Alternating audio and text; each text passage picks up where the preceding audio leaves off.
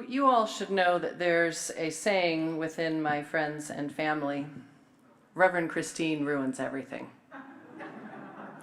It's a different version of that well actually meme that you see. You know, the well actually people, when you say something and they go, well actually, and then they explain to you what it actually is and unvalidate your own experience.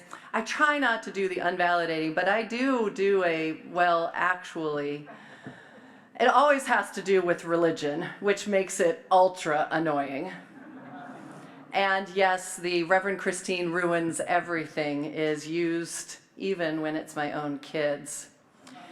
It can be anything like, I love how the Bible elevates Mary.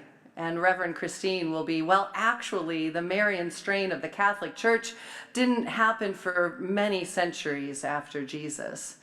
Or the Christian founding fathers, and I'll well actually them and tell them that there were far more Unitarian founding fathers than any other religion, and that they strongly defended the separation of church and state. And I just found out all kinds of stuff on the history of American Christmas traditions, and the well actually is most of it comes from the Unitarians and the Episcopalians. The peace on earth, goodwill to all, Unitarians. I'm super happy about that. But there's nothing more likely to get the Reverend Christine ruins anything than talking about the symbols of holidays. Easter eggs? Yeah, not Easter. That's from the pagan holiday Eostar. Halloween? Yeah. Nope, it's not All Saints' Day. It is all from the pagan holiday of Samhain. And some of them are really cool. I think it's flip chart worthy, actually. So remind me on Samhain. May Day baskets? Yeah, I don't know that you really want to know about where that comes from, but it is to prepare you for that sacred holiday of Beltane. And then there are the Christmas symbols. Christmas trees, candles, caroling. Actually, all of those come from the pagan winter solstice. The fact that we are celebrating the birth of the sun, S-U-N, and the Christians put the birth of the sun, S-O-N, right around the same time, you can understand how the pagan holiday was very convenient for the Christians to bring that into it. We actually know that the census happened sometime around March. Am I ruining everything for you? Yeah? Sorry, not sorry? Because I love the winter solstice. I love that we honor the shortest day of the year. I love that we honor the darkness and the stillness of the season. I love that there is a holiday that encourages us to turn inwards. And I love that it balances the excesses of Christmas, Hanukkah, and everything else. Maybe it's just me, but the challenges of the last year to me make these days feel even shorter and this season even a little colder. Especially the last month in the news, each day feels like it's just gotten weirder and weirder. Is that just me? And does it feel like each year is getting weirder and weirder? And hope is harder to find. It really makes me want to curl up in front of my fire, get a warm cup of tea, and snuggle under that electric blanket for, I don't know, maybe a month. The winter solstice represents the turning of the wheel that we talked about. The promise of the solstice is that the light always returns. The days will always lengthen. The sun will shine again, even when it feels like the darkness will never end.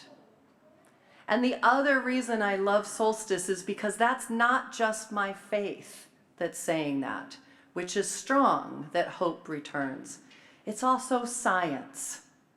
It's also observable cycles of the earth. Solstice is the embodiment of hope and faith. We know it will happen each year, whether we believe in that divine being or whether we just believe in science. Solstice works for either. And because we know, we deeply know this, we can embrace the darkness more fully. We can find the gifts in slowing down and having less daylight, enjoying sweater weather here in Phoenix. We can use this time to go inwards and learn more about ourselves and our place in the world. And what I love about solstice even more is that it can be a time to honor the darkness, honor the internal reflection, and it is also the hope and celebration of the return of the sun. It is the time to light the candles and the knowledge that the light is returning. Throughout centuries, across so many different cultures, in long ago times and in right now, people recognize this date on the calendar, the date that winter begins, the shortest day of the year.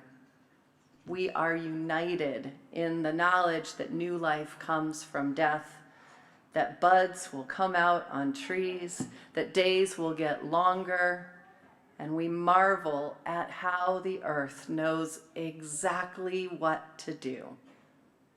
If we could only connect more closely to it so that we can be so inspired. Let us connect with the light in front of us, the darkness around us, and the hope that connects us as we hear the words of Reverend Dr. Rebecca Parker, a UU theologian, in her poem called Winter Solstice. Perhaps, for a moment, the typewriters will stop clicking, the wheels stop rolling, the computers desist from computing, and a hush will fall over the city.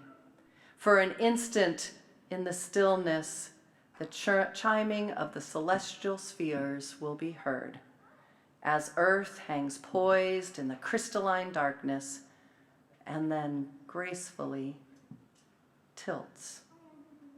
Let there be a season when holiness is heard and the splendor of living is revealed. Stunned to stillness by beauty, we remember who we are and why we are here.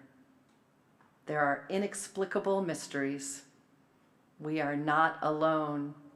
In the universe, there moves a wild one whose gestures alter Earth's axis towards love. In the immense darkness, everything spins with joy.